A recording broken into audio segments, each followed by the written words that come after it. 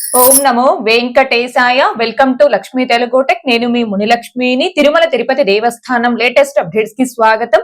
ఈ వీడియోలో వైకుంఠ ద్వార దర్శనంకి ఎవరైతే లక్కీ డిప్ లో సెలెక్ట్ అయ్యి ఉంటారో ఆ భక్తులు కావచ్చు, ఇంకా వైకుంఠ ద్వార దర్శనం కొరకు ఎవరైతే వస్తున్నారో ఆ భక్తులందరికీ కూడా ఖచ్చితంగా ఈ రూల్స్ పాటిస్తేనే స్వామివారి దర్శనం అనేది కల్పిస్తారండి. ఆ రూల్స్ ఏంటి అనే దానికి సంబంధించి, ఇంకా తిరుమల కొండపై ప్రస్తుతం ఆఫ్లైన్ లో అకామిడేషన్ పొందాలి అంటే ఎలాంటి రూల్స్ పాటించాలి అనే వీటన్నింటి గురించి ఈ వీడియోలో తెలియజేసే ప్రయత్నం చేస్తాను. సో ఈ వీడియో ఎక్కడ స్కిప్ చేయకుండా చివరి వరకు చూసే ప్రయత్నం చేయగలరు. అలాగే వీడియోస్ చూస్తున్న ప్రతి ఒక్కరు పర్టికులర్ గా మన వీడియోస్ ని లైక్ చేసి షేర్ చేయాల్సిందిగా కోరుచున్నాను. మరి ముఖ్యంగా ఈ వీడియో అనేది వైకుంఠ ద్వార దర్శనంకి సంబంధించి చాలా ముఖ్యమైన వీడియో కాబట్టి తప్పకుండా వీడియోని లైక్ చేసి షేర్ చేయాల్సిందిగా కోరుచున్నాను. ఓం నమో వెంకటేశాయ.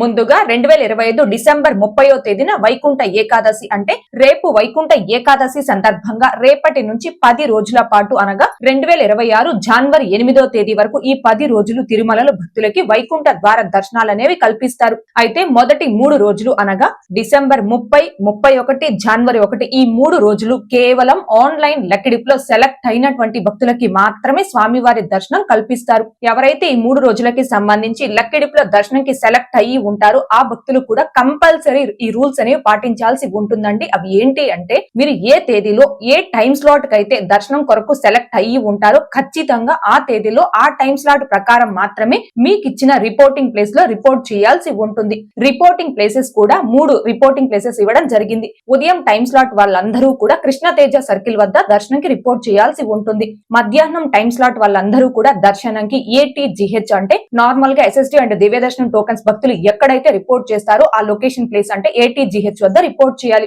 రాత్రి టైం స్లాట్ వాళ్ళందరూ కూడా తిరుమల ఔటర్ రింగ్ రోడ్ లో ఉన్న శిలాతోరణం సర్కిల్ వద్ద రిపోర్ట్ చేయాల్సి ఉంటుంది. సో ఇలా డిసెంబర్ 30, 31, జనవరి 1 ఈ 3 రోజులు ఎవరైతే లక్కీ డిప్ లో దర్శనంకి సెలెక్ట్ అయ్యి ఉంటారో ఆ భక్తులందరికీ కూడా 3 డిఫరెంట్ ప్లేసెస్ లో రిపోర్టింగ్ చేయడానికి రిపోర్టింగ్ ప్లేసెస్ అయితే ఇవ్వడం జరిగింది. ఆ రిపోర్టింగ్ ప్లేసెస్ వద్దకి మీరు చేరుకోవడానికి తిరుమలలో ఫ్రీ బస్ ద్వారా కూడా మీరు ఆ రిపోర్టింగ్ ప్లేస్ వద్దకి చేరుకొని దర్శనం క్యూ లైన్ లోకి రిపోర్ట్ చేయొచ్చు. అయితే మీకు ఏ టైం అయితే దర్శనం కొరకు మెన్షన్ చేసి ఉంటారో మీ దర్శనం టికెట్ పైన ఆ టైం కి 1 అవర్ బిఫోర్ మాత్రమే మీరు ఆ క్యూ లైన్ ఎంట్రీ పాయింట్ వద్ద రిపోర్ట్ చేయాల్సి ఉంటుందండి. అంతకంటే ముందు మీరు రిపోర్ట్ చేశారు అంటే మిమ్మల్ని అలో చేసినప్పటికీ వైకుంఠం కంపార్ట్మెంట్ లో మీ టైం స్లాట్ వరకు మిమ్మల్ని వెయిట్ చేయించి మీ టైం స్లాట్ ప్రకారం మాత్రమే మీకు దర్శనం కల్పించడం జరుగుతుందని టీటీడీ వారు అఫీషియల్ గా అనౌన్స్ చేయడం జరిగింది. కాబట్టి ఈ 3 రోజులు ఎవరైతే దర్శనంకి సెలెక్ట్ అయ్యి ఉంటారో ఆ భక్తులు ఖచ్చితంగా మీ టైం స్లాట్ కి ఒక 1 అవర్ ముందు మాత్రమే క్యూ లైన్ లోకి రిపోర్ట్ చేయాల్సి ఉంటుంది. అయితే దర్శనంకి రిపోర్ట్ చేసేటప్పుడు కూడా మీ యొక్క దర్శనం ticket plus original ID proof అంటే ఆధార్ కార్డు కంపల్సరీ తీసుకొని రావాల్సి ఉంటుంది. లక్కీ డిప్ లో ఈ 3 రోజులకి సెలెక్ట్ అయినటువంటి భక్తులు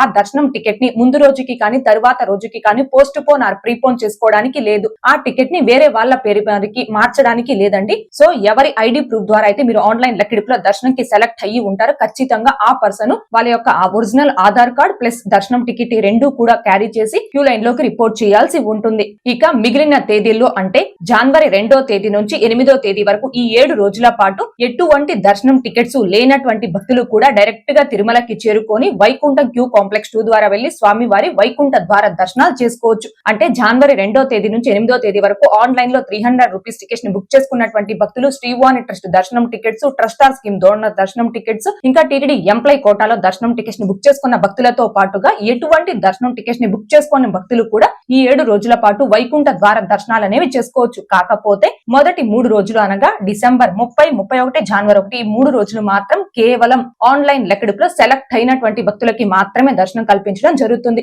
ఈ 3 రోజులు దర్శనంకి డిప్ లో సెలెక్ట్ కానటువంటి భక్తులు తిరుమలకి రావచ్చు, కానీ స్వామివారి దర్శనం చేసుకోవడానికి మాత్రం లేదు. డిప్ లో సెలెక్ట్ కాను భక్తులు తిరుమలకు వచ్చి స్వామివారి ఆలయం చుట్టూ ప్రదక్షిణ చేయడం, ఇంకా వైకుంఠ ద్వార దర్శనాల సందర్భంగా శ్రీవారి ఆలయం కావచ్చు తిరుమల అంతా కూడా విద్యుత్ దీపాలతో దేదీప్యమానంగా వెలుగుతూ ఉంటుంది. ఆ వెలుగులన్నీ కూడా మీరు చూడవచ్చు. కానీ స్వామివారి దర్శనం చేసుకోవడానికి మాత్రం ఈ 3 రోజుల పాటు లక్కీ డిప్ లో సెలెక్ట్ అయినటువంటి భక్తులకు మాత్రమే అవకాశం ఉంటుంది. ఇది ఒక్కటి గమనించుకోగలరు. ఇక వైకుంఠ ద్వార దర్శనాలు చివరి 3 రోజులు అనగా జనవరి 6, 7, 8 ఈ 3 తేదీలకి సంబంధించి లోకల్ కోటాలో ఎవరైతే దర్శనం కొరకు లక్కీ డిప్ లో రిజిస్ట్రేషన్స్ చేసుకున్నారో ఆ భక్తులందరికీ సంబంధించిన local quota lucky dip result ని డిసెంబర్ 29వ తేదీ అనగా ఈ రోజు మధ్యాహ్నం 2 గంటలకు టీటీడీ వారు అనౌన్స్ చేయడం జరిగింది. సెలెక్ట్ అయినటువంటి భక్తులందరికీ కూడా వాళ్ళు ఏ తేదీలో ఏ టైం స్లాట్ కి దర్శనంకి రిపోర్ట్ చేయాలనేది వాళ్ళ రిజిస్టర్ మొబైల్ నెంబర్ కి మెసేజెస్ అయితే రావడం జరిగిందండి. ఒకవేళ లోకల్ కోటాలో మీరు డిప్ లో రిజిస్ట్రేషన్ చేసుకొని సెలెక్ట్ అయినట్టు మీకు ఎలాంటి మెసేజ్ రాలేదు అనుకోండి, అలాంటి భక్తులందరూ కూడా టీటీడీ అఫీషియల్ బుకింగ్ వెబ్సైట్ లో మీరు ఏ మొబైల్ నెంబర్ తో అయితే లక్కీ డిప్ లో రిజిస్ట్రేషన్ చేసుకున్నారో ఆ మొబైల్ నెంబర్ తో లాగిన్ అయి మెనూ బార్ లో రైట్ సైడ్ చివర్లో బుకింగ్ హిస్టరీ అనే ఆప్షన్ లోకి వెళ్లి సెలెక్ట్ సర్వీస్ అనే ఆప్షన్ దగ్గర క్లిక్ చేసి కొంచెం కిందకి స్క్రోల్ చేశారు అంటే సేవ్ ఎలక్ట్రానిక్ డిప్ అనే ఆప్షన్ ఉంటుంది. ఆప్షన్ మీద క్లిక్ చేసుకొని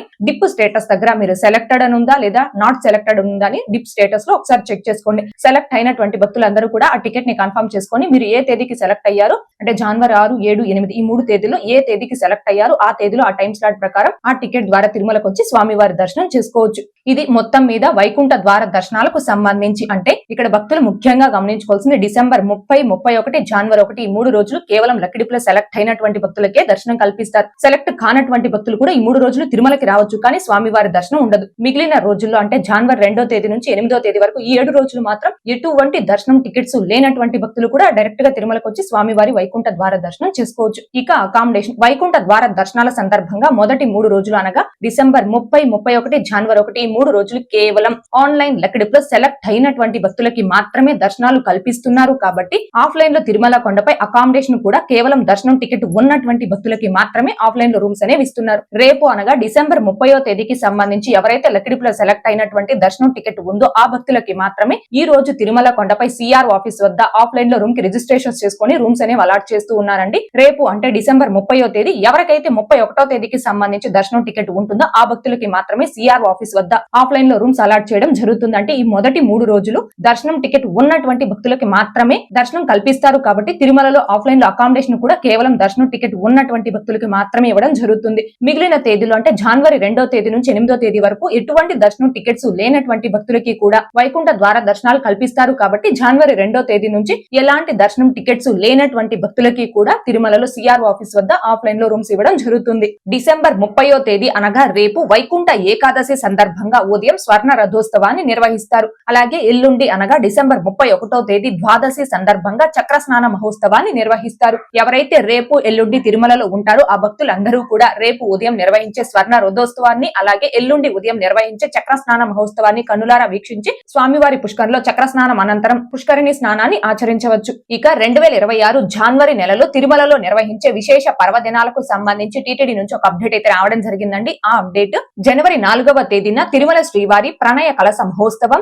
అలాగే జనవరి 8వ తేదీన శ్రీవారి సన్నిధిన పెద్ద సాతుమోర, ఇంకా జనవరి 12వ తేదీన శ్రీవారి సన్నిధిలో అధ్యయనోత్సవాలు సమాప్తి, అలాగే జనవరి 13వ తేదీన తిరుమల శ్రీవారు తిరుమల నంబి సన్నిధికి వేంచేపు, ఇంకా జనవరి 14వ తేదీన భోగి, అలాగే జనవరి 15వ తేదీన మకర సంక్రాంతి సుప్రభాతం సేవ పునః ప్రారంభం, జనవరి 16న కనుమ పండుగ, తిరుమల శ్రీవారు పార్వేట మండపానికి వేంచేపు, అలాగే జనవరి 18న పురందర దాసుల ఆరాధన మహోత్సవం, అలాగే జనవరి 23న వసంత పంచమి, ఇంకా జనవరి 25న రథ సప్తమి. ఇవి జనవరి నెలలో తిరుమలలో నిర్వహించే విశేష పర్వదినాలకు సంబంధించి. ఓకే అండి, ఈ వీడియోలో ఇప్పటి వరకు వైకుంఠ ద్వార దర్శనాలు ప్లస్ అకామిడేషన్ కి సంబంధించి పూర్తి వివరాలు తెలియజేసే ప్రయత్నం చేశానండి. ఈ వీడియో మీకు నచ్చినట్లయితే ఖచ్చితంగా లైక్ చేయగలరు, అలాగే షేర్ చేయగలరు. ఇంకా ఎవరైనా మన ఛానల్ ని సబ్స్క్రైబ్ చేసుకోకుండా ఉంటే దయచేసి సబ్స్క్రైబ్ చేసుకోగలరు. టీటీడీకి సంబంధించిన ప్రతి లేటెస్ట్ అప్డేట్ ని అందరికంటే ముందుగా ఇన్స్టెంట్ గా మీరు పొందడం కోసం మన ఛానల్ యొక్క టెలిగ్రామ్ గ్రూప్, వాట్సాప్ ఛానల్, అరటాయ్ ఛానల్లో జాయిన్ అవ్వగలరు. ఆ మూడింటి యొక్క లింకులు ఈ వీడియో కామెంట్ సెక్షన్ లో పిన్ చేయడం జరిగింది.